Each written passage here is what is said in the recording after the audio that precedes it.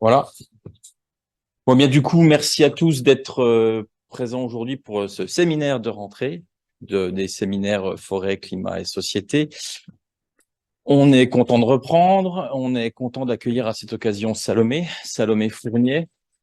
Voilà, on voit qu'il y a des admirateurs. Euh, on fera une fan zone la prochaine fois. On anticipera avec un dispositif de sécurité aussi. On ne sait jamais si ça déborde. Euh, bref.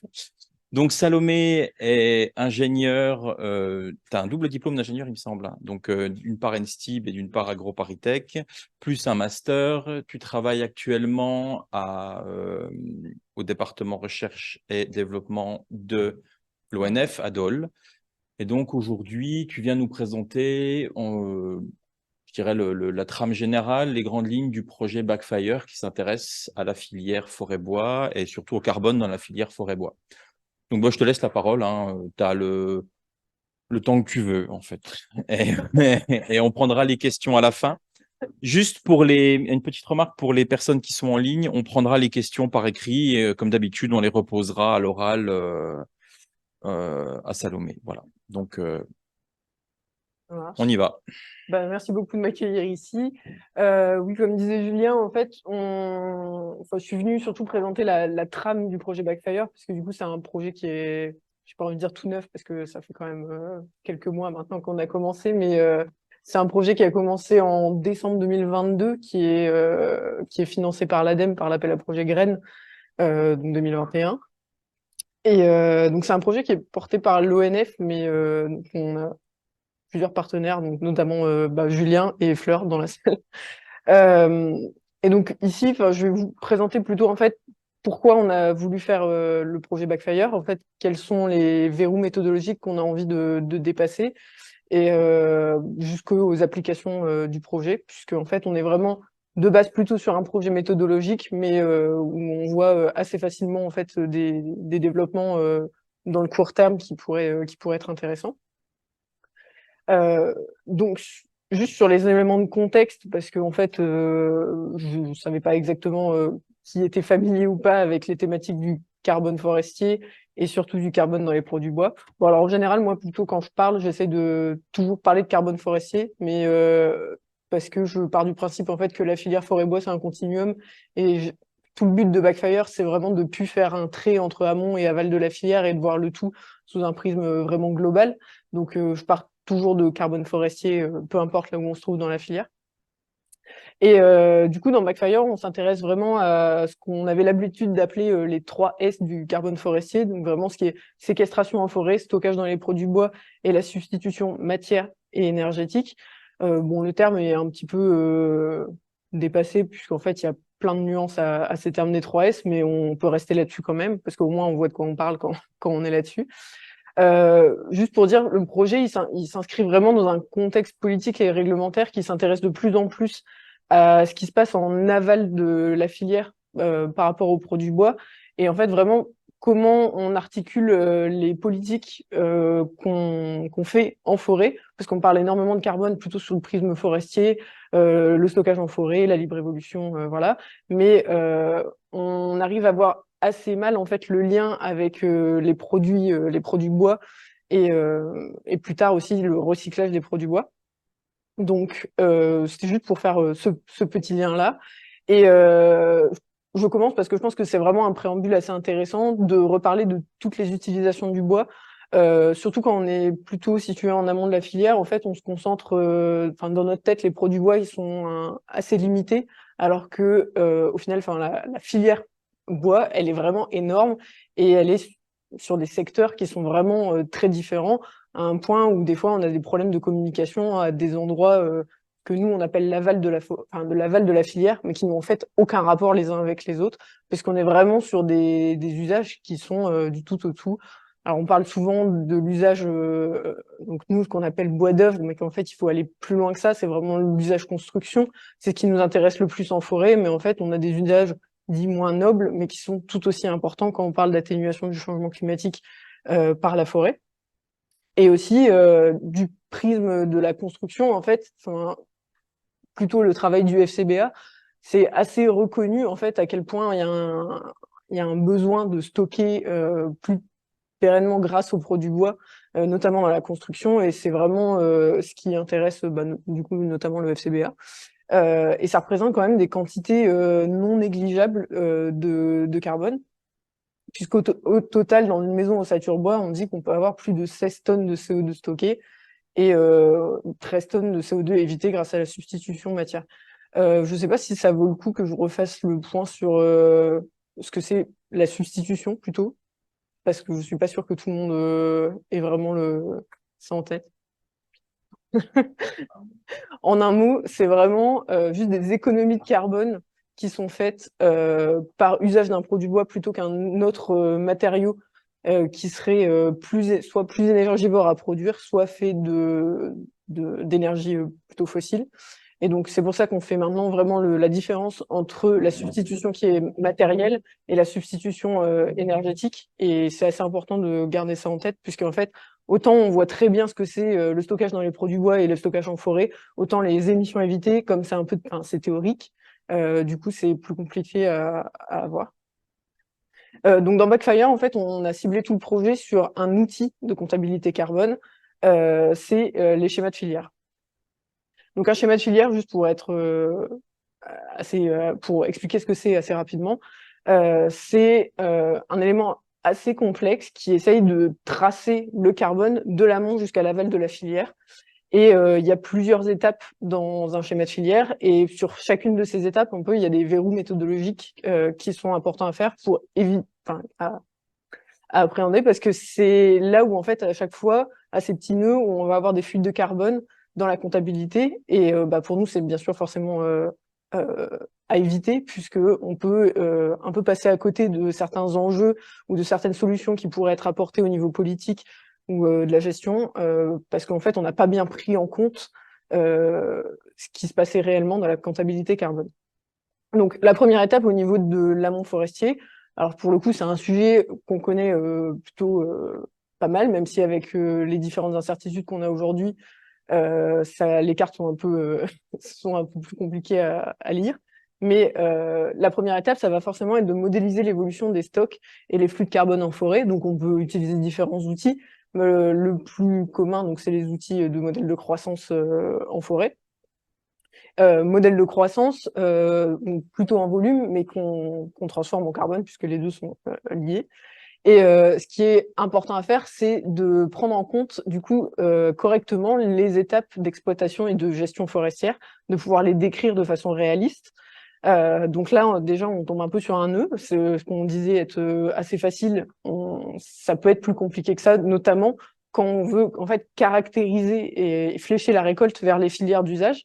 Là, on peut avoir déjà quelque chose d'un peu compliqué, parce que donc pour caractériser la récolte, l'essence, ça va, on est à peu près bon, normalement, on arrive à peu près à savoir. Euh, Quantifier le volume, là, on peut commencer à avoir un peu des petits soucis méthodologiques. Et ensuite, il va falloir décrire quelle est la récolte, parce que en fonction de si on est plutôt sur des premières éclaircies, des éclaircies de récolte finale, on va forcément pas avoir les mêmes produits qui sont créés. Donc là, il faut falloir les caractériser, donc, en général plutôt en fonction du diamètre, c'est la première chose, mais aussi de la qualité. Et là, quand on parle de qualité, on tombe déjà sur un os qui est vraiment compliqué à démêler. Et donc, la notion de qualité, en fait, on va la retrouver dans le premier nœud, la deuxième étape d'un schéma de filière, c'est l'étape de billonnage. Alors, l'étape de billonnage, en fait, elle n'a pas de réalité concrète dans la filière, parce qu'en fait, c'est l'agrégat théorique de plusieurs étapes, c'est-à-dire c'est le cubage des bois en forêt, qui sont décrits selon différentes qualités, qui vont être ensuite commercialisés à différents acheteurs, et puis partir dans la filière. Donc là, on peut voir déjà que ça va être plus compliqué. Et donc, il faut en fait pouvoir décrire différentes catégories de billons qui vont être assez différents pour avoir des devenirs dans la filière qui sont différents. Et donc, le billonnage classique qu'on a l'habitude d'entendre, surtout au niveau forestier, c'est le bois d'œuvre, bois d'industrie, bois énergie. Mais en fait, ça nous parle énormément en tant que forestier. Et par contre, si on se place à l'aval de la filière, c'est des choses qui n'ont aucune réalité, aucune signification pour quelqu'un qui serait constructeur de maisons ossature bois, par exemple. Ça veut vraiment pas dire grand-chose parce que des fois, c'est un peu compliqué quand on se met à l'étape du produit de dire ça, c'est du bois d'œuvre, ça, c'est du bois d'industrie, parce qu'en fait, en général, un produit, il est fait de différents produits intermédiaires qui relèvent plutôt du bois d'œuvre, plutôt du bois d'industrie. Et donc, à la fin, en fait, on a un méli-mélo assez différent. Et en fait, on comprend assez bien parce que les flux de matière dans la filière, c'est donc vraiment de base, c'était pour ça qu'un schéma de filière il a été créé, puisque on a une transformation dans le bois qui n'est pas forcément linéaire, où il y a beaucoup d'étapes de recyclage, des étapes de transformation de fin de vie. Et donc en fait, il faut vraiment pouvoir tracer le carbone, les rendements matières qui sont associés à chaque fois. Et une fois qu'on en est au produit bois final qui sera utilisé, il faut pouvoir décrire sa durée de vie et savoir comment il va être recyclé, combien de temps il va rester dans le système, puisque forcément, on a des choses, des durées de vie moyennes et en même temps, on a des durées de vie effectives qui sont un peu différentes. Et la dernière chose, donc déjà, quantifier les matières dans la filière, c'est compliqué, mais en plus, si on veut être précis et aller jusqu'à le calcul de la substitution, il faut quantifier les émissions qui sont générées par la transformation et par l'usage du bois, notamment en énergie, et les émissions qui sont évitées par ce bois plutôt que d'avoir utilisé un autre matériau qui serait plus énergivore. C'est un peu pour ça que les schémas de filière, ils ont été créés, pour en fait dire de ne pas avoir un fichier Excel absolument monumental. Voilà. Donc, l'outil que nous, on a utilisé et qui est quand même relativement connu maintenant, c'est l'outil CAT qui avait été développé par Mathieu Fortin, enfin qui est toujours développé parce qu'en fait, il y a énormément de choses qui sortent chaque année avec l'outil CAT. Donc, juste, c'est des schémas qui sont en open data, qui sont disponibles sur le site de CAT. Et donc, ce que je vous présente là, c'est ce qu'on appelle des gestionnaires de flux. Donc, c'est vraiment ça, les schémas de filière. Et ce qui a motivé à faire Backfire, c'est qu'en fait, on s'est rendu compte, nous, on s'intéressait vraiment à savoir quel était le fruit de notre sylviculture en termes de produits bois. Et on avait envie de comparer ça, en fait, en fonction des essences, des sylvicultures qu'on pouvait faire. Et le seul souci, c'est que on a différents niveaux de complexité qui sont faits dans les schémas de filière qui sont disponibles dans CAT. Le cas typique, c'est ici, alors c'est un peu flou, mais c'est le schéma type du GIEC, où en gros, on a 3 produits types qui représentent du bois d'œuvre, du papier et des panneaux, et puis de l'énergie.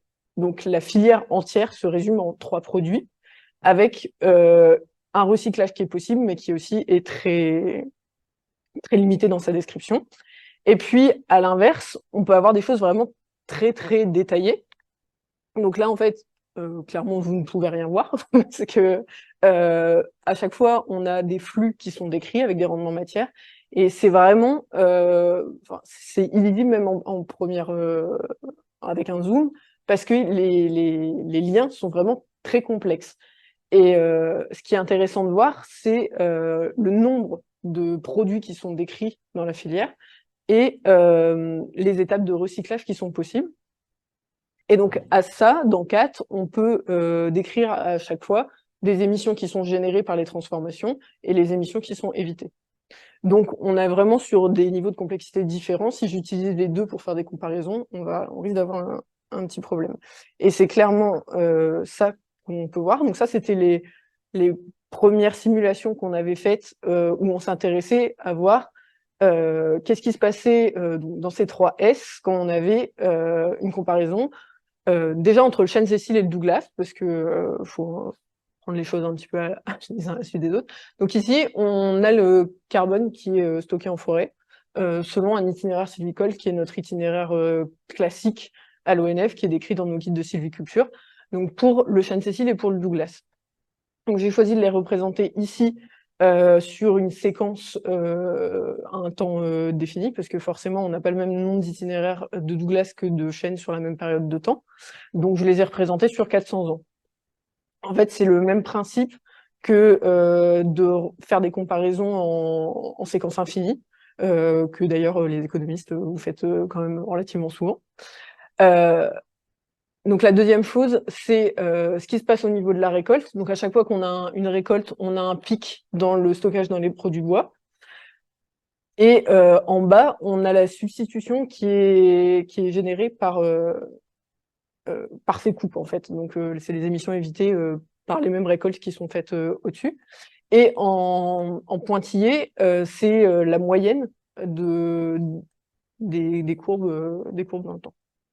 Donc ce qu'on voit déjà entre le chêne Cécile et le Douglas, c'est les produits bois, la dynamique des produits bois et la moyenne. Donc la moyenne, bien sûr, dans le chêne Cécile et dans le Douglas sont très différentes. Pour le coup, ça, c'est pas forcément étonnant, puisque, vous savez, le Douglas, il est utilisé énormément en construction, alors que le chêne Cécile a quand même des usages qui ont une durée de vie beaucoup plus courte. Et puis, en plus, on a énormément de premières éclaircies dans le chêne qui partent en bois énergie. Donc, logiquement, on n'a pas de stock dans les produits bois, puisque le bois énergie est consommé directement. Par contre, la dynamique du Douglas, elle est assez intéressante, parce qu'en fait, on part de zéro et en dynamique, on se retrouve quasiment à l'équilibre au bout de 3 révolutions. Donc une révolution de Douglas à l'ONF, elle est un peu plus longue que dans le privé, elle est à 70 ans. Mais tout de même, c'est assez intéressant. Et surtout, en moyenne, on se rend compte qu'en fait, on est même un petit peu plus élevé le stock dans les produits bois que en forêt. Et puis, à l'inverse, par contre, le chêne Cécile, on a en moyenne un petit peu plus de carbone en forêt, mais par contre, le stock en forêt par rapport au produit bois, il est immensément plus important, juste pour le chêne Cécile. Donc ça nous paraissait tout à fait cohérent par rapport à ce qu'on s'imaginait. Par contre, quand on regarde en fait le pin sylvestre, alors bon, au niveau du stock en forêt, c'est assez normal, on est beaucoup plus bas que pour le Douglas ou pour le chêne Cécile parce qu'on est sur une essence qui est vraiment beaucoup plus héliophile. Par contre, le stock dans les produits bois, il est vraiment très bas par rapport à ce qu'on imaginait. Et en substitution, pareil. Et là, ça nous paraissait quand même assez étonnant, puisqu'en fait, on se serait imaginé avoir quelque chose d'assez intermédiaire entre le chêne Cécile et le Douglas, parce qu'on a des usages en construction dans le pin sylvestre. Et en fait, ce qu'on s'est rendu compte, c'est qu'on avait utilisé donc 2 schémas de filière différents pour ces comparaisons d'essence. Donc pour le chêne Cécile et pour le pin sylvestre, on est sur le projet Satan. Et pour le Douglas, on est sur le projet Vespor. Donc c'est le schéma de filière très détaillé que je vous avais montré juste avant. Et le souci, quand on regarde un petit peu plus près ce qui se passe dans le schéma de filière du projet Satan, le projet il est centré sur la forêt d'Orléans et sur la transformation qu'il y a de la ressource en forêt d'Orléans. Donc déjà, le détail est énormément centré sur le chêne et pas sur le pin sylvestre. Et il s'avère que apparemment, du coup, le pin sylvestre a un usage principalement en trituration et en bois énergie. Et donc c'est pas du tout représentatif de la filière pin sylvestre un peu nationale qu'on peut voir. Donc pour le coup, au niveau comparaison, ça marche pas du tout parce que on n'est pas sur le même niveau de détail, on n'est pas sur les mêmes niveaux de concentration sur des secteurs. Et donc, nos stratégies, si on veut adapter nos stratégies en fonction d'une comparaison comme ça marche pas.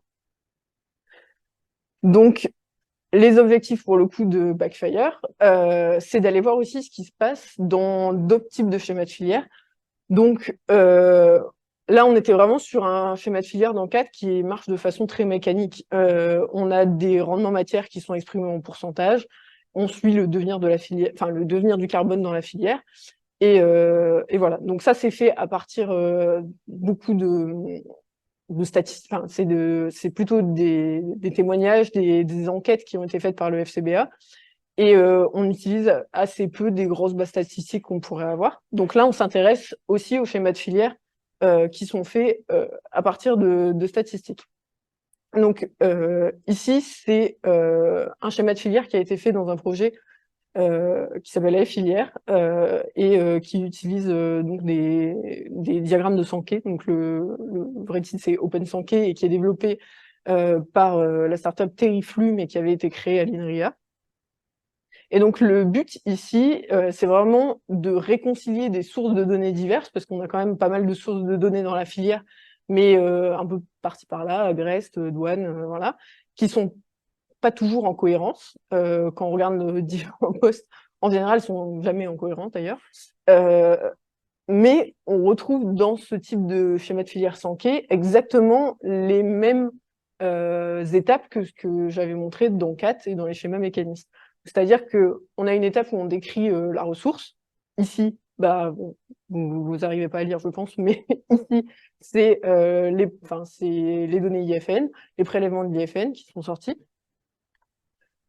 Ensuite, on va avoir une étape de bionnage. Donc, en gros, comme on est sur quelque chose de très macro, on est plutôt sur bois d'industrie feuillu, bois d'œuvre feuillu et la même chose en résineux. Différentes étapes de transformation, donc qui restent aussi, pour le coup, là, limitées. On va avoir du sciage, du tranchage, mais c'est à peu près tout. Et à la fin, on va avoir un produit final qui est consommé et potentiellement donc des boucles de recyclage. L'enjeu majeur ici, c'est vraiment d'avoir des données parce que c'est un algorithme qui tourne pour mettre en relation, en fait, là où on va pas avoir de flux qui seront décrits par les bases de données. C'est un algorithme qui tourne pour compléter ces flux-là. Et donc, il faut avoir, disons, la structure la plus à même de prédire ces flux manquants. Et donc, plus on a de sources de données qui sont présentes, même si elles ne sont pas forcément en cohérence, moins ça laisse l'algorithme dans le flou. Donc, on a plusieurs sources de données qui sont envisagées dans Backfire. J'en cite juste quelques-unes là, mais il y en a une précisément pour laquelle je reviens après, c'est la veille économique mutualisée. Et à l'aval de la filière, maintenant, on a en plus des responsabilités élargies des producteurs, donc c'est-à-dire que les producteurs sont obligés de tracer leurs déchets et tracer le recyclage de leurs déchets. Et puis, il nous reste quand même tout ce qu'on a appris dans les autres projets qui ont fait des schémas de filière, c'est-à-dire les contraintes de transformation, quels sont les rendements matière, des choses mécaniques, mais qui seront toujours valables dans tous les cas. Donc vraiment, notre problématique dans Backfire, c'est de pouvoir comparer des choses, toutes choses égales par ailleurs, pour avoir pour comprendre et ajuster le potentiel d'atténuation de nos décisions de gestion, en prenant en compte toute la filière et pas juste le côté amont sur lequel on pourrait se concentrer, puisque après tout, nous, on est à l'ONF, donc on pourrait se concentrer juste sur le stockage en forêt. Donc, les schémas 4 et les schémas OpenSankey ou à filière, ils ont chacun leurs points forts et leurs points faibles. Si je reviens juste sur les points faibles plutôt, puisque les points forts, je les ai un peu décrits pour l'instant, c'est que dans les schémas 4, c'est vraiment donc, la différence de précision, mais en plus, le fait qu'elles soient, c'est des schémas de filière qui sont difficilement actualisables, parce qu'en fait, ça voudrait dire refaire un énorme travail d'enquête à chaque fois pour remettre à jour, par exemple, les rendements matière. Bon, des fois, ça va être juste pour gagner 2 ou 3% de rendement matière, alors que ça sera au coût des mois d'enquête, par exemple. Et par contre, dans les schémas plutôt statistiques, là, on est facilement actualisable, puisqu'à chaque fois qu'il y a une actualisation des bases de données, on peut refaire tourner l'algorithme sans de problème évident.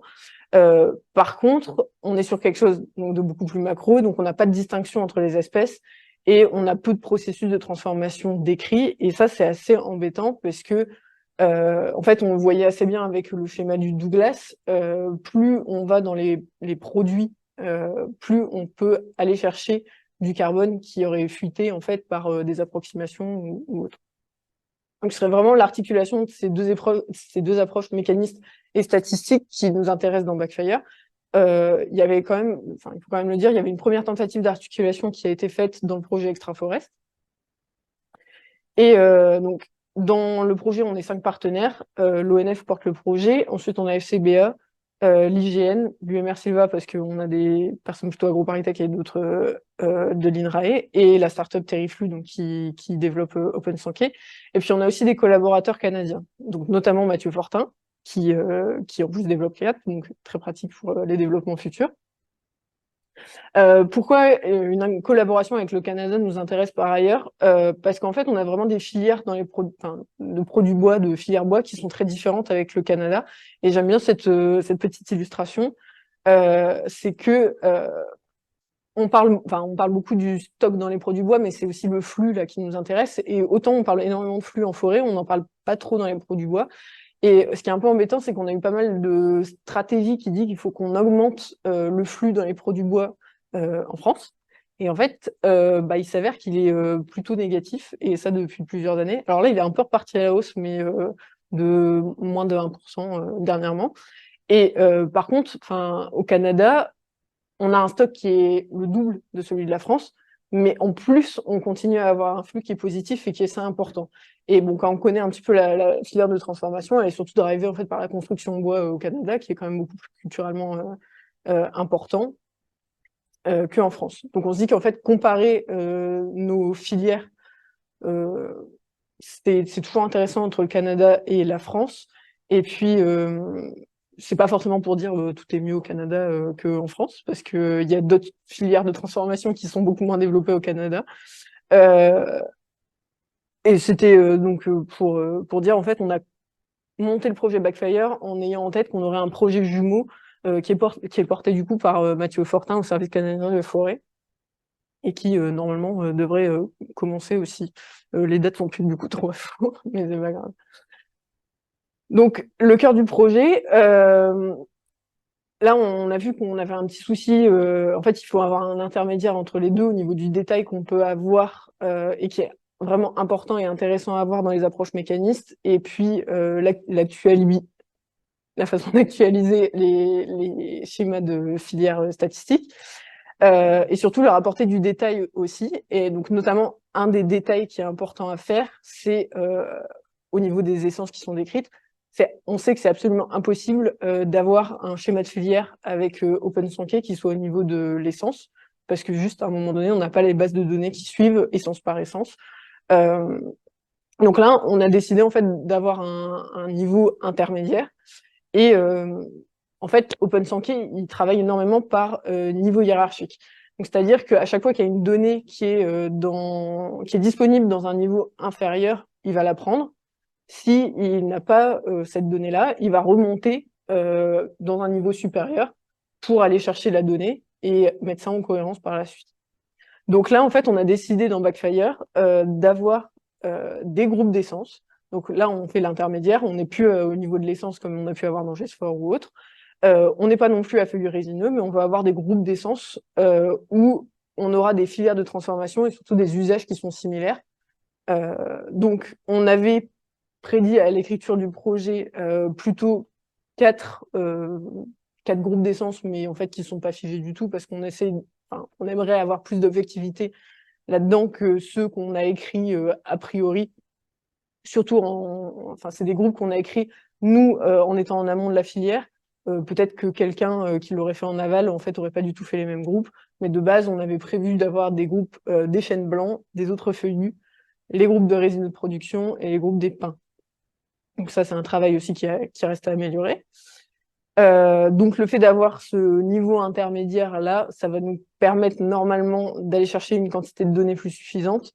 Et puis si on est sur des choses où on n'a pas grand-chose, ça nous permet aussi quand même de garder un peu un secret statistique si on est sur des secteurs d'utilisation bien précis et pour lesquels il faut quand même garder ça en tête.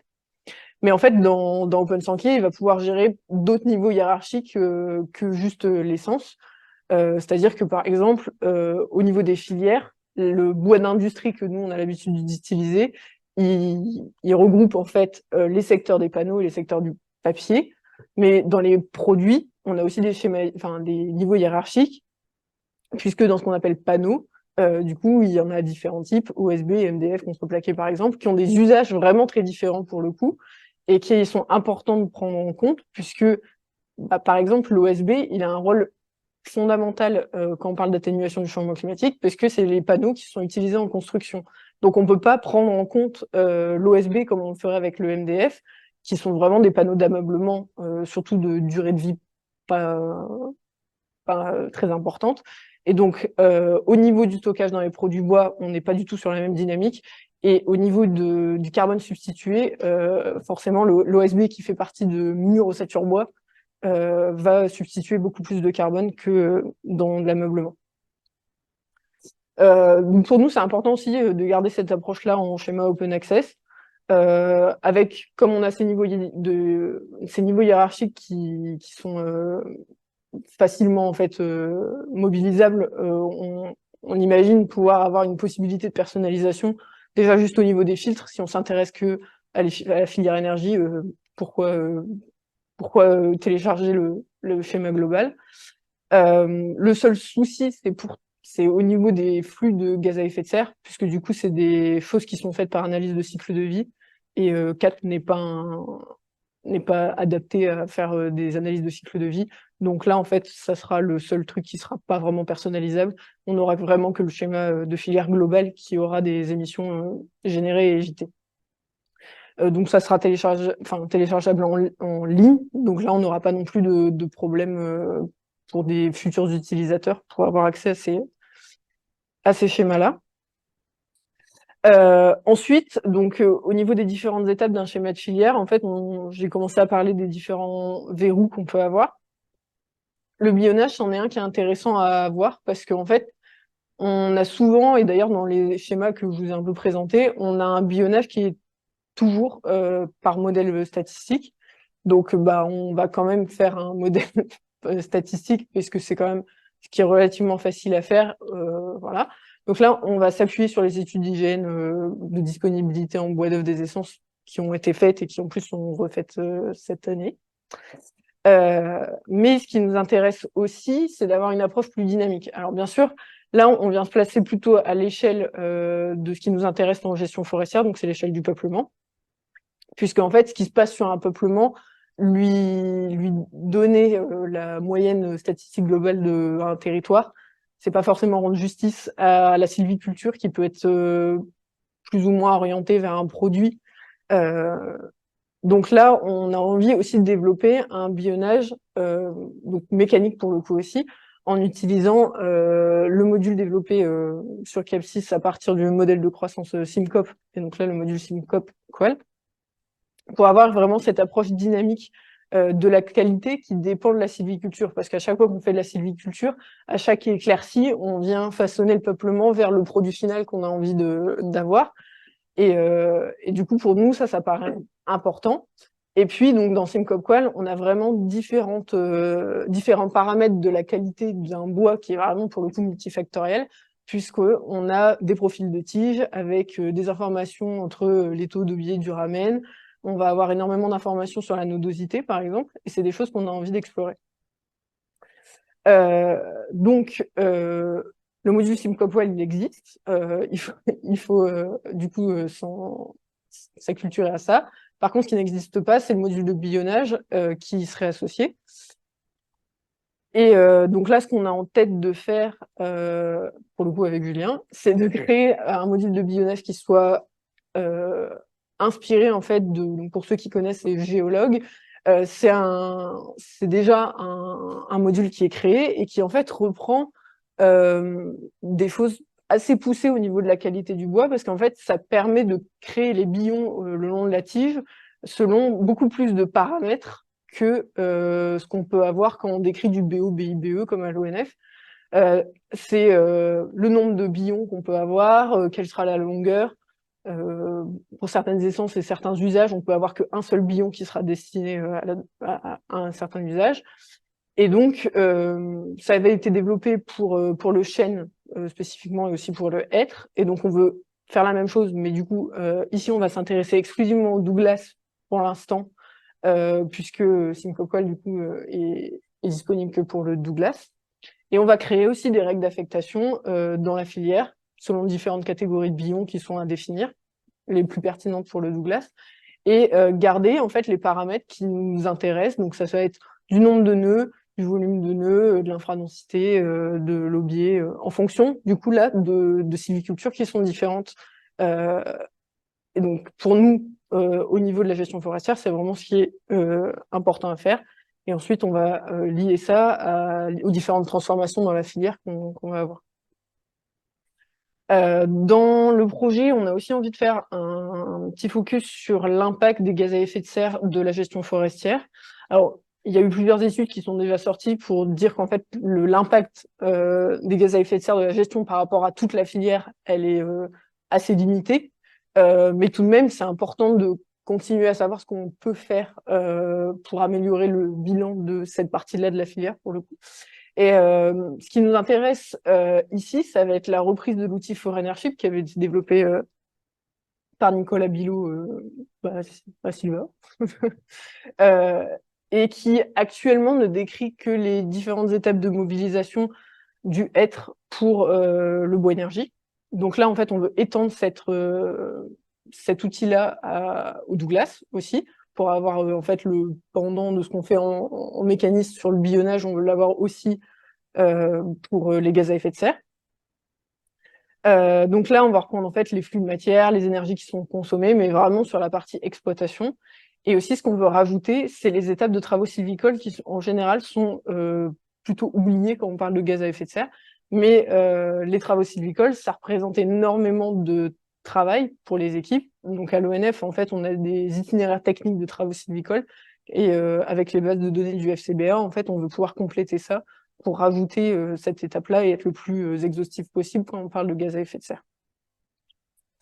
Donc, comme ça avait été fait aussi que pour le bois énergie, on a envie de faire ça pour avoir l'allocation en fait de ce qui est les gaz à effet de serre qu'on peut allouer au bois énergie, mais aussi au bois d'œuvre et au bois d'industrie qui va être en fonction des travaux qu'on a fait sur le billonnage. Et le dernier focus en fait qu'on veut faire dans Backfire, et ça nous paraît vraiment être le point critique quand on parle de schéma de filière et de potentiel d'atténuation par la forêt et par les produits forestiers, c'est le recyclage des produits bois et quel est l'impact de la fin de vie des produits bois. Notamment, on a souvent le débat, est-ce qu'il vaut mieux faire du recyclage matière ou est-ce qu'il vaut mieux faire de la valorisation énergétique? Donc là, en fait, juste pour vous expliquer un petit peu, j'ai repris les trois schémas de filière les deux schémas de filière et les trois comparaisons que j'avais pris au début. Et en fait, j'ai juste ventilé ça en fonction. Donc c'est le flux de carbone dans les produits bois. Donc en fait, on a aussi du bois énergie parce que dans le bois énergie, le flux il arrive, mais il ressort directement du stock, mais on le voit passer quand même par ici. Et en fait, on a ventilé en fonction de l'usage primaire pour chacune des essences chêne, Cécile, Douglas, pin sylvestre. On a l'usage primaire, donc la première fois qu'on a un produit fini qui est utilisé, et puis le flux dans les produits recyclés. Et ce qui est vraiment intéressant, alors bon, déjà, on revoit toujours les différences avec le Douglas, mais en fait, c'est la partie recyclée qui est vraiment importante parce que on a plus du double du flux de carbone qui est dans le Douglas, qui est en fait fait par le recyclage, et notamment pour dans certains secteurs comme les panneaux, le papier, où en fait on a énormément de cycles de recyclage qui sont possibles. Et donc pour nous, en fait, le vrai potentiel d'atténuation de la filière forêt-bois, il est dans le recyclage des produits. Parce qu'on a vraiment un usage qui est en cascade. On a l'habitude de le répéter, mais en fait, on s'en rend pas forcément compte parce que c'est des données, souvent, le recyclage, qui se perdent plus les produits sont situés en aval de la filière. Et puis, on n'arrive plus à tracer d'où est-ce qu'ils viennent, quelles sont les essences. Et donc, en fait, on ne pense pas à ça, surtout quand on se place en amont.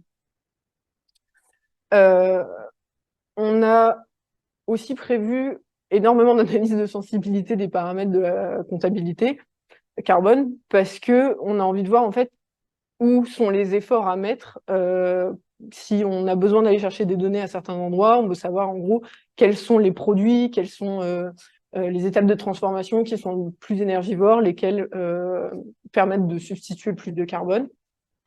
Et en fait, comme je vous l'ai dit, on a des sources d'incertitude qui sont un peu multiples tout au long de la filière, que ce soit dans les coefficients de conversion de matière, puisqu'en fait, on n'a pas forcément les mêmes unités n'importe où dans la filière.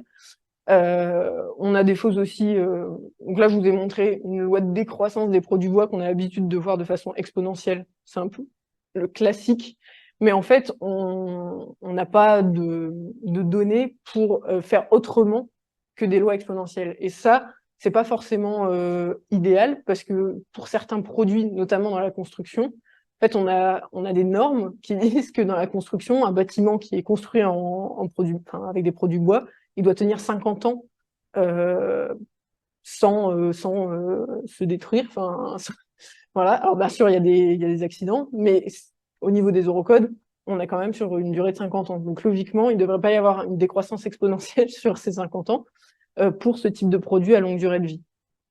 Et pour l'instant, bah, c'est ce qui se passe puisqu'on est sur des lois exponentielles. Donc ça, c'est vraiment différents points d'analyse de sensibilité qu'on a envie d'explorer.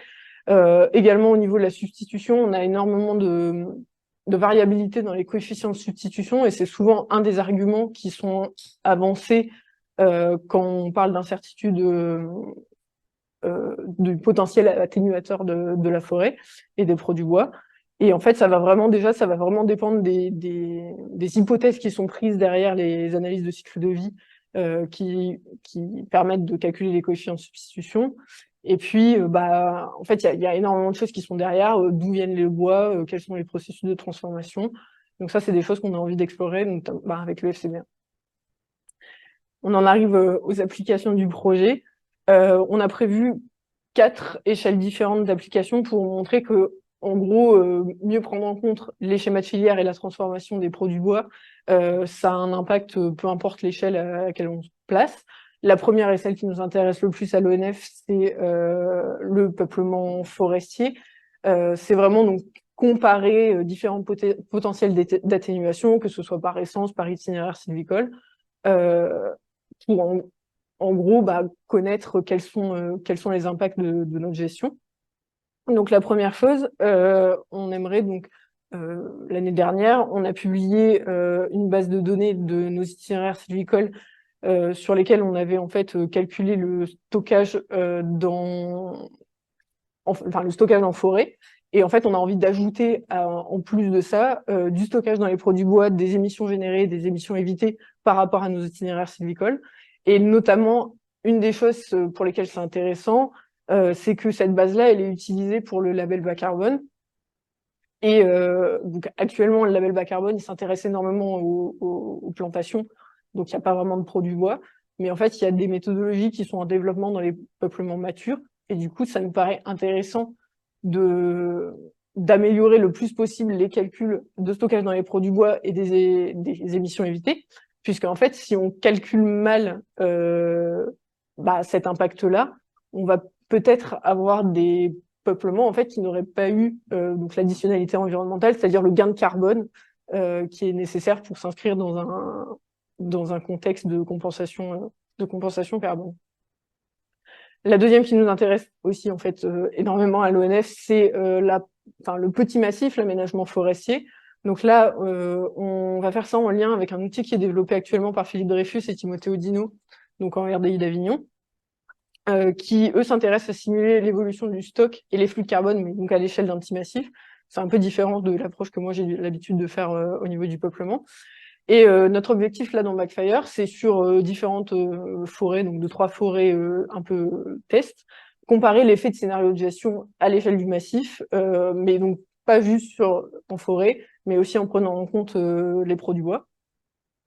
Et donc ça, à terme, on imagine que ça pourrait être généralisable dans les aménagements communes qu'on fait et qui pourraient être pris par les communautés de communes ou par les communes directement dans leurs plans climat, air, énergie territoriaux. Et parce qu'actuellement, en fait, il y a un volet forêt, mais qui est relativement vide quand on regarde les PCAET des communes.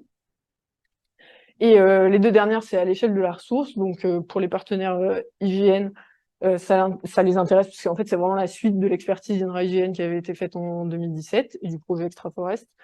C'est d'évaluer la contribution du secteur forestier plus proprement en essayant d'avoir les stocks et les flux de carbone aussi dans les produits bois qui soient le plus précis possible. Et la dernière chose, c'est donc pour le FCBA qui travaille donc pas que en forêt, mais énormément sur les technologies, qui accompagnent les acteurs en fait à la normalisation de différents produits technologiques un peu innovants, surtout en construction, en ameublement. On a envie d'explorer un peu des scénarios de rupture technologique dans la filière. Donc on en imagine 2 pour voir un peu leur impact différent. Un qui serait plutôt sur les systèmes constructifs, notamment des systèmes constructifs qui utilisent des feuillus de qualité médiocre, parce que c'est vraiment une ressource qui a besoin d'avoir des développements pour avoir des durées de vie longues et des émissions évitées. Et puis un autre scénario de rupture où là, on imaginerait plutôt un système peut-être centré sur le bois énergie, donc un système de chauffage bois, qui aurait, par exemple, un meilleur rendement global. Voilà. Alors, ces scénarios de rupture, ils sont vraiment à la fin du projet, donc je peux pas vous les décrire plus que ça parce qu'on va arrêter dessus. Mais voilà, on imagine donc des applications et puis ça sera une première approche avant d'aller sur des choses peut-être plus précises. Voilà. Mais je vous remercie beaucoup pour votre attention.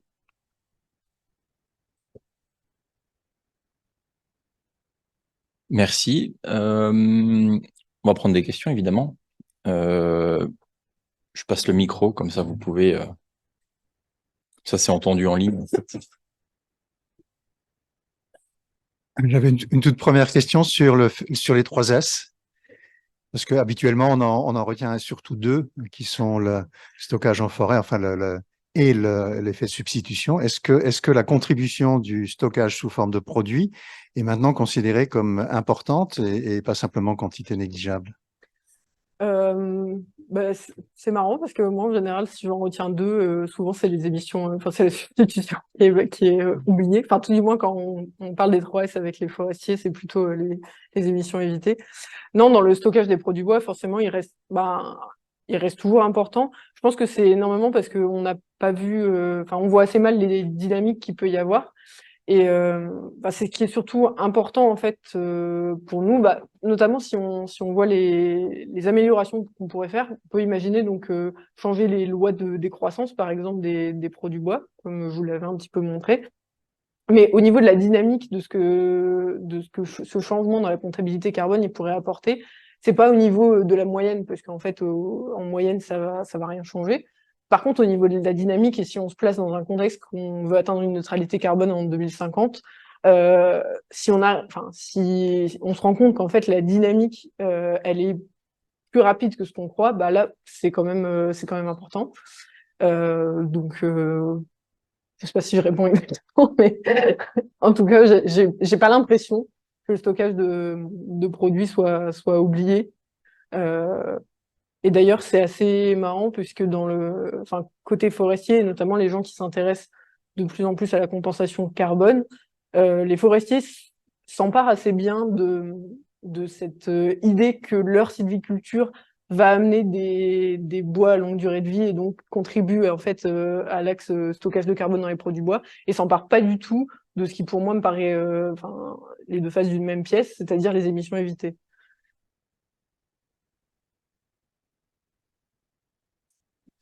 Du coup, une question un peu similaire.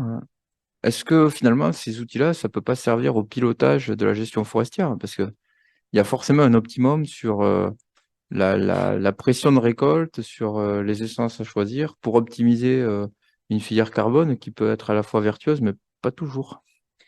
Bah, à l'ONF, on n'est pas très partisan des optimums, parce que déjà c'est assez simple. En fait, là, moi, je parle que de carbone. Il y a beaucoup plus que ça au niveau de la gestion forestière. Et du coup, c'est sûr que, la gestion forestière, elle est forcément multicritère. Et déjà, nous, je sais pas si on peut dire qu'on est plus partisans des théories de viabilité que des optimums, mais voilà.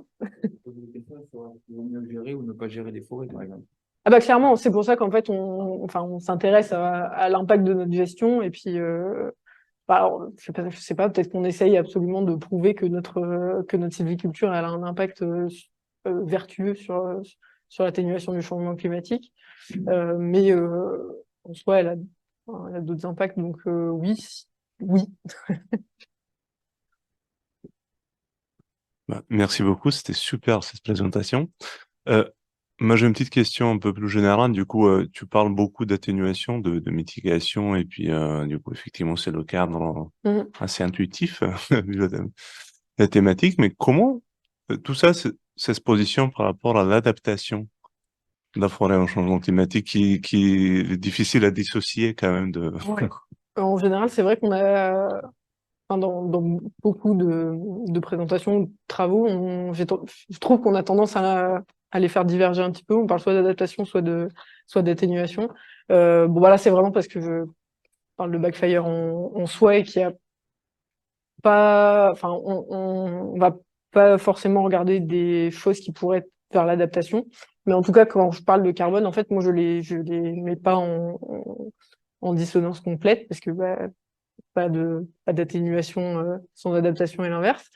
Peut-être que juste un des choses et que j'ai pas forcément développé ici et que j'essaie de travailler avec Fleur, c'est quand je parle de ces groupes d'essence qu'on aimerait faire et de l'usage, en fait, on aimerait bien c'est explorer tout ce qui est nouvelles essences, notamment nouvelles essences allochtones, pour pouvoir en fait prédire les usages qu'on pourrait faire en fonction de différentes caractéristiques du bois de ces essences-là et de enfin, leurs caractéristiques aussi morphologiques ou autres. Donc ça, c'est un des points qui nous intéresse avec Fleur.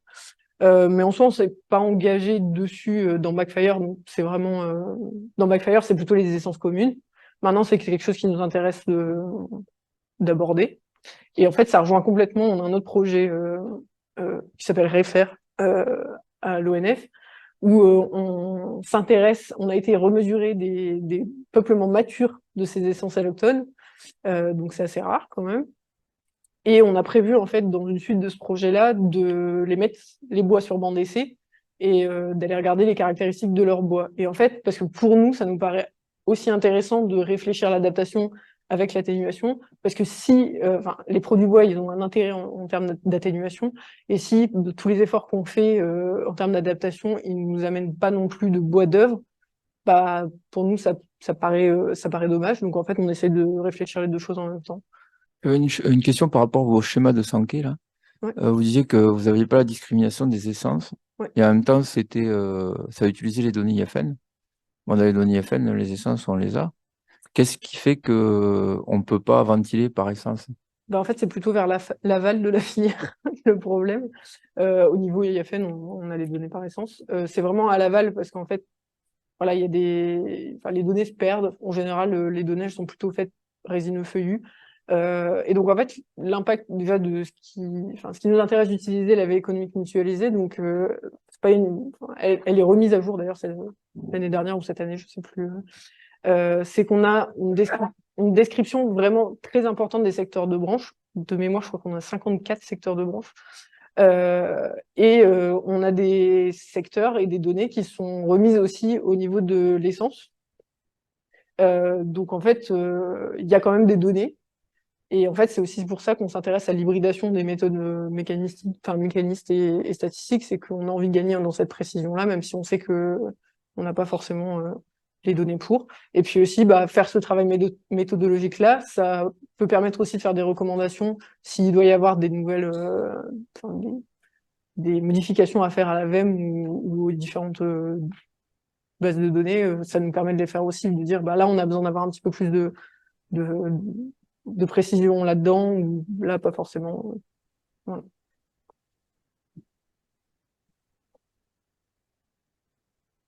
En ligne, il y a Jean-Luc qui veut poser une question, donc Ouais. Ah, ok, c'est bon, j'ai le micro là maintenant. Ouais, donc Vous m'entendez? juste que ça le met entendre bien, c'est ça. C'est Je bon. t'entends très bien. Bon, Ok, parfait, merci. Merci pour la présentation, c'est vraiment très intéressant. Moi, j'avais une petite question, enfin deux petites questions rapides. Ce que tu as présenté, je te tutoie, on s'était déjà rencontrés. Ce que tu as présenté, j'ai pas bien compris finalement au niveau temporel comment vous gérez le temps, c'est-à-dire est-ce que c'est des modélisations et des scénarios qui sont faits à régime permanent et on compare des moyennes pour comparer des scénarios? Ou est-ce que vous passez d'états réels, vous gérez des transitions réelles entre un état actuel et des états futurs, par exemple? Donc ça, c'était une première question. Et la deuxième, c'était quel est le périmètre de ce qu'on appelle les filières? J'ai pas bien vu non plus dans les graphiques, etc. C'est jusqu'où ça va? C'est-à-dire, est-ce que où ça s'arrête et où ça commence? C'est-à-dire, par exemple, la fabrication des machines, etc., etc. Donc, quel est le périmètre exact de ce qu'on appelle une filière?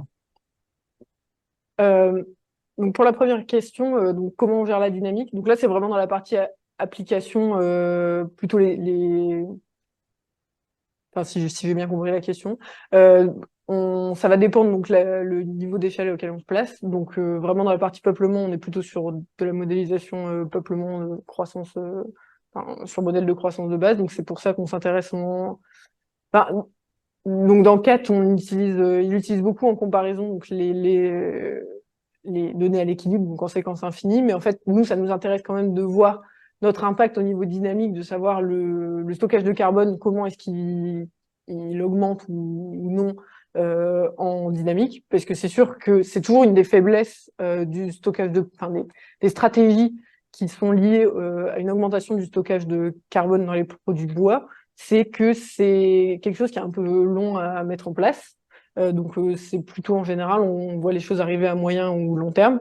Donc c'est toujours un truc quand on se dit on a un objectif là de neutralité carbone qui est à prendre en compte, même si nous on part du principe qu'il faut articuler stockage en forêt, augmentation du stockage en forêt et dans les produits bois. Après, en fonction des autres échelles, au niveau du massif, là, on partira vraiment d'un état de base d'un stock qui est fait à partir de différentes sources de données pour décrire l'aménagement forestier, l'état de la forêt à l'état T, et puis après on va projeter. Donc on ne sait pas encore exactement jusqu'où on va aller, mais on pense 1 ou 2 aménagements forestiers, donc plutôt 40-50 ans. Puisque 20 ans, ça fait un peu court pour voir si on change complètement un prisme. On dit maintenant on part sur une gestion extensive ou au contraire une gestion intensive. En 20 ans, ça paraît un peu court pour voir les effets en termes de dynamique. Donc on est plutôt là sur du 50 ans, je pense. Au niveau de la ressource, c'est un peu le côté que je gère le moins. C'est dommage que Henri soit pas là. Donc là, je sais pas exactement les échelles de temps qu'ils utilisent à l'IGN. J'avoue que Ok.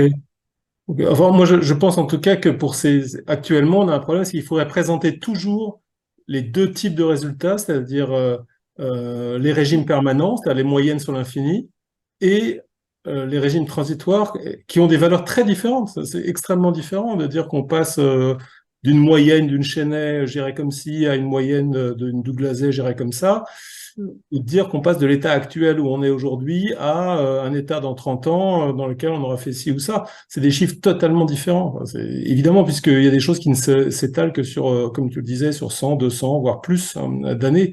Donc, l'horizon temporel et le point de départ et d'arrivée sont extrêmement importants et c'est pas du tout pareil de comparer d'un régime permanent. Donc, ça vaudrait le coup, moi je trouve, ça manque aujourd'hui. On ne présente pas assez les deux alternatives, que les gens comprennent déjà que c'est très différent, quoi, déjà. C'est la première chose, quoi. Ouais. Ouais, Ok. je suis complètement d'accord. Et sur la deuxième partie, du coup, au niveau de la filière, donc dans la filière, dans les schémas de filière, elle va donc jusqu'au recyclage des produits bois, Et par contre, j'avais l'impression que la question était plutôt tournée sur les émissions de gaz à effet de serre, notamment donc la fabrication. Et donc ça, c'est des choses qui sont gérées dans l'analyse de cycle de vie et elles prennent en compte énormément de choses. Alors pas forcément ma spécialité, mais je sais qu'elles prennent en compte notamment jusqu'à la fabrication des machines qui sont utilisées pour l'exploitation, pour les exploitations sylvicoles ou les machines de transformation. Ok, merci. Encore une question ou deux?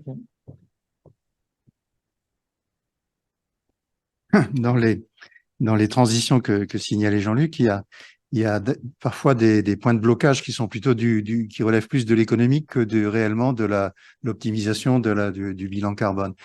Comment est-ce que vous prenez ça en compte? Je prends par exemple un exemple que tu as cité à un moment, c'était l'usage des feuillus en construction, qui pour l'instant est très modéré, essentiellement on ne sait pas très bien pour quelles raisons, enfin pour des raisons techniques et économiques et pas pour des raisons de non-disponibilité de ressources, ni de non-disponibilité de processus pour les utiliser. Donc, comment est-ce que ça va intervenir sur la modélisation? Est-ce que c'est pris en compte ou est-ce que vos modèles restent des modèles un peu idéaux dans le sens de ce qui pourrait être fait au mieux? Non, pour l'instant, c'est vrai que ça reste vraiment même sur la partie statistique, ça reste des schémas de filière qui sont en fait statiques pour le coup. Ça nous intéresse en fait de voir aussi des questions de dynamique, de changement de filière, mais c'est des choses sur la partie Open Sanké, c'est des choses qui sont réfléchies, mais en fait, ça en est encore à l'étape de recherche dans les labos de l'INRIA. Donc en fait, ça serait probablement dans un deuxième projet qui serait la suite de Backfire, quoi. Mais pour l'instant, on reste quand même sur quelque chose de statique. La filière, elle se transforme un petit peu comme ça, avec des flux qui d'un coup sont basculés par hypothèse, en fait, qui sont pris d'un côté pour être envoyés vers une autre rupture technologique. Voilà, c'est une des mes limites. Encore une pour ma curiosité, hein, c'est des questions qui intéressent plein de gens, hein, plein de pays dans le monde. Est-ce qu'il y a d'autres projets du même type ou parallèles aux vôtres qui se développent, je sais pas, en Scandinavie, en Allemagne, Autriche ou ou au Canada? Bah alors, du coup, Canada, Québec, oui. au Canada, oui. Alors, ceci dit, au Canada, en fait, ils n'ont pas les mêmes, ils ont pas les mêmes problématiques parce que, par exemple, ils n'ont pas des approches comme ont été faites Open Santé, veille économique mutualisée. Ils n'ont pas encore, en fait, au Canada. Donc ça les intéresse. Je saurais pas dire plus que ça. C'est un domaine, en tout cas, les Belges, ils ont commencé à faire les schémas de filière, schémas de filière résineux et feuillus sur 4, d'ailleurs, pour la Wallonie. Donc même pas aussi pour la Flandre. Enfin, peut-être pour la Flandre. J'avoue qu'au niveau biblio, faudrait creuser, mais je ne saurais pas répondre. J'ai une question un peu relative à ta question là-bas. Est-ce que tu sais s'il existe des données sur les différentes possibilités actuelles de produire, de faire la transformation, dans le sens que on observe maintenant qu'il y a ces flux ici, mais on ne sait pas rien sur qu'est-ce que sont les possibilités techniques de faire autrement. Et donc, qu'est-ce que peut être, par exemple, la rapport si on change quelque chose à monte, qu'est-ce que sont les possibilités de changer, qu'est-ce que sont les possibilités de dynamisme de sa filière. Donc, est-ce que tu sais s'il existe quelque part des données sur les fonctions de production des différents produits intermédiaires? Euh, J'avoue que c'est des choses qui sont plutôt du ressort du FCBA. Je suis en train de réfléchir si. Bah, il y a oui, après, c'est ce qui revient chez eux, c'est les scénarios les scénarios prospectifs de la filière bois, mais j'imagine que tu les connais déjà. Prospective 2050 FCBA, qui sont en train de refaire d'ailleurs avec l'IGN. Mais non, au niveau rupture technologique, je sais il y a beaucoup de choses qui sont développées en termes de systèmes constructifs ou quoi, dans les laboratoires de l'ENSTIB ou de l'ENSAM. C'est un peu ça qu'on vise parce qu'en fait, c'est un peu la facilité, mais on les connaît personnellement, les chercheurs qui travaillent là-dessus. Donc je pense qu'en fait, les ruptures technologiques qu'on envisage, on va se cibler là-dessus parce que déjà, ça va nous permettre de calculer les analyses de cycle de vie qui seraient derrière ce type de produit. Maintenant, au niveau économique, c'est sûr qu'il va y avoir des choses qui seront pas parfaites, puisque j'imagine qu'il doit y avoir aussi des économies d'échelle qui sont faites en termes de gaz à effet de serre, une fois que ces produits-là ils seront plus démocratisés. Non, c'est beaucoup de choses en dynamique que nous, on n'arriverait pas à prendre en compte. Là, on est vraiment dans Backfire sur l'aspect un petit peu quelle serait la complexité optimale, même si je dis pas les optimums, optimale en termes de complexité du schéma de filière, qu'il soit assez pour prendre en compte toutes les spécificités de la filière bois et en même temps pas non plus surcharger le schéma de filière et que ça soit reproductible par d'autres personnes s'ils étaient intéressés. Parce que aussi, une des choses qui est limitante dans Backfire, c'est que là, on va vraiment être sur des bases de données qui sont nationales. C'est des schémas de filière qui seront pas forcément... on peut pas les descendre d'échelle et se dire la filière, elle sera pareille dans ce territoire-là qu'elle sera au niveau national. Ça marche pas. Donc, voilà. Mais par contre, si on arrive déjà à avoir des éléments méthodologiques sur ces produits-là sont vraiment nécessaires à prendre en compte dans un schéma de filière, ces différentes étapes de transformation. En fait, ça fait un petit peu des guides pour d'autres personnes qui souhaiteraient faire des schémas de filière et pour le coup pourraient peut-être se lancer, elles, dans des travaux d'enquête sur un territoire donné. Je ne sais pas. Bon, bah, s'il n'y a plus de questions, on manque qu'il y en ait une. Attends, attends. J'ai juste une question. Bah, tiens, dans le micro pour l'enregistrement.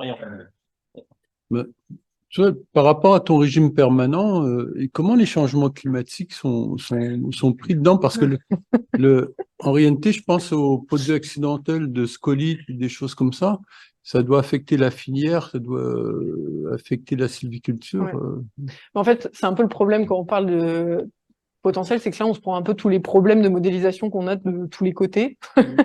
Bah là, par exemple, les sorties de simulation modèles de croissance, ils ne prennent pas en compte les changements climatiques, même à l'échelle peuplement. Donc, on n'a pas les baisses de croissance, par exemple, qu'on peut imaginer, ou la mortalité. Voilà. Donc, c'est aussi pour ça qu'on est engagé dans d'autres projets de recherche pour, pour mieux prendre en compte ces changements de productivité. Après, aux différentes échelles, bah, au niveau de la ressource, il faudrait quelqu'un de l'hygiène. Parce que, en gros, ils vont utiliser le margot comme. Donc, je sais pas exactement ce qu'ils prennent en compte. Enfin, il y a des travaux qui ont été faits pour prendre en compte le changement climatique, mais ils continuent. Ouais. Voilà. C'est dommage qu'il n'y ait vraiment pas Henri. Je suis pas très à l'aise à l'échelle ressources. Voilà. Mais oui, c'est pour ça que, enfin, dans tous les cas, il faut progresser dans tous les côtés de la modélisation, quoi. Si je peux encore poser une question, Oui, oui.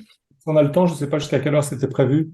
La demi, donc il y a du temps. Bon, d'accord, ok, c'est Jean-Luc Dupouet là en visio. Oui, j'avais aussi une petite question. Je me rappelle que la thèse d'Anaïs Denardou-Tisserand, avec les données de l'IFN, il y a un truc qui m'avait quand même bien frappé, c'est que le comportement de la forêt française en moyenne n'est pas du tout celui des modèles de la forêt française, c'est-à-dire que les modèles de sylviculture, par exemple, qui sont donc, si j'ai bien compris, utilisés pour ces simulations, sont très loin de la réalité. En particulier à cause de problèmes de dynamique et parce qu'ils sont aussi souvent trop optimistes et basés sur des modèles, des données qui ont été établies dans des placettes de sylviculture qui sont assez parfaites en général. Et du coup, par exemple, quand on regarde en France le développement du volume ou de la surface terrière des peuplements en fonction de l'âge, ben, on voit que c'est souvent bien plus lent que tout modèle de sylviculture en réalité.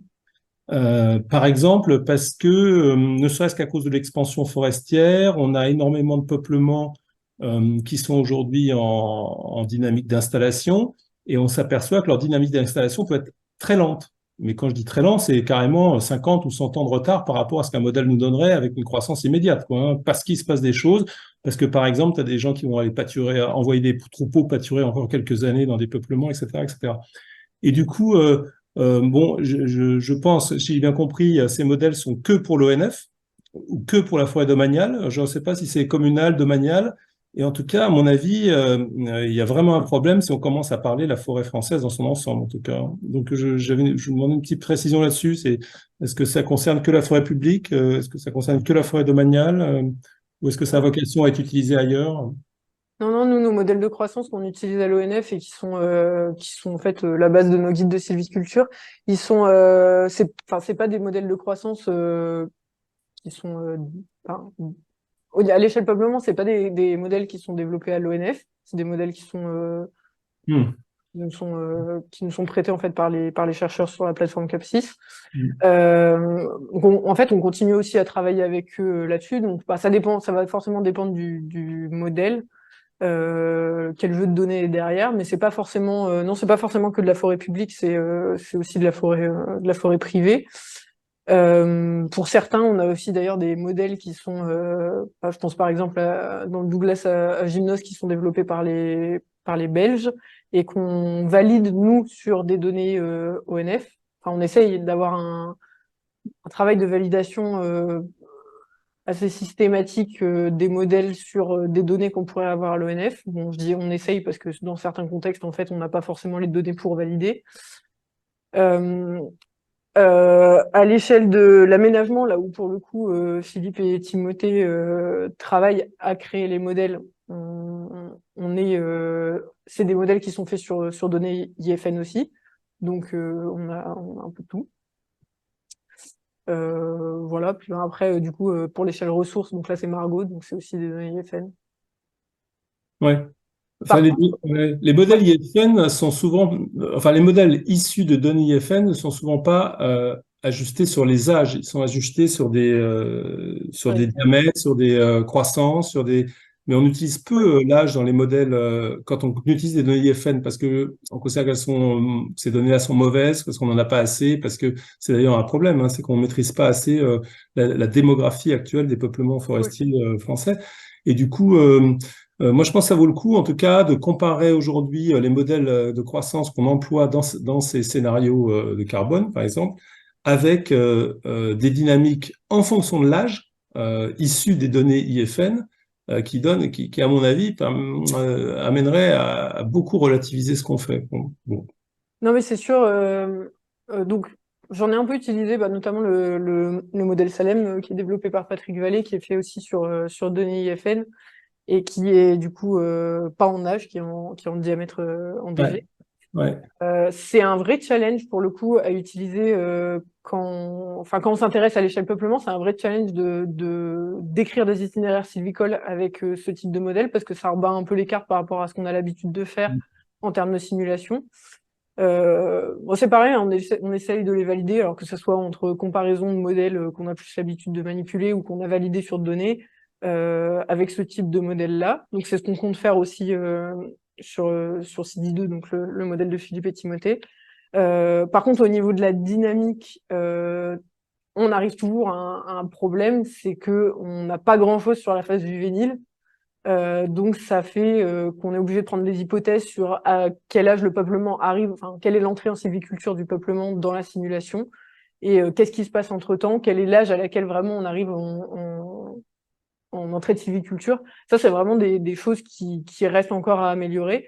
Et en termes aussi de comment on décrit la sylviculture qui est faite dans les modèles. Alors déjà, à l'échelle peuplement, où c'est quand même mieux connu, avec Julien, on avait vu qu'il y avait des choses qui pourraient être améliorées assez facilement, mais en même temps, ça reste du travail à faire. Par contre, au changement d'échelle, déjà à l'échelle du massif, on ne sait pas exactement comment on va faire pour avoir ces algorithmes de coupe qui sont à l'échelle du massif, quels vont être les facteurs qui seront utilisés pour décrire notre gestion à cette échelle-là, parce que c'est pas forcément évident, on peut pas gérer la chose comme on l'aurait fait avec les algorithmes de peuplement. Et puis alors là, en termes de ressources complètes d'un territoire, c'est la même question, mais en fait, c'est pareil, hein. Comment on fait pour avoir un petit peu de complexité et en même temps gérer ce changement d'échelle-là? En fait, il y a encore des choses à faire aussi en simulation et pas que en modélisation, même s'il y a des choses. Moi, en complément, ce que je dirais, moi, pour ça, c'est que là, pour le coup, Jean-Luc, là, tu pointes vraiment un point clair, quoi. C'est ce problème, mais il n'est pas propre au projet Backfire, finalement. C'est au problème d'articulation des approches de modélisation démographique et bon, sur ça, et c'est pas quelque chose qu'on peut espérer, je pense, aborder dans le cadre du projet, quoi. Disons que la méthodologie qui est mise en place dans le projet sera forcément au bénéfice des évolutions sur la modélisation forestière. Ok, merci.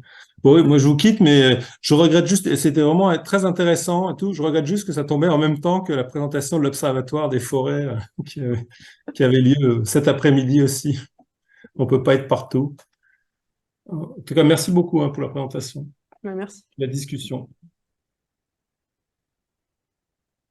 Bon, on va en rester là, je pense, on est bon. Encore merci à toi, Salomé, et puis merci aux intervenants, participants, etc.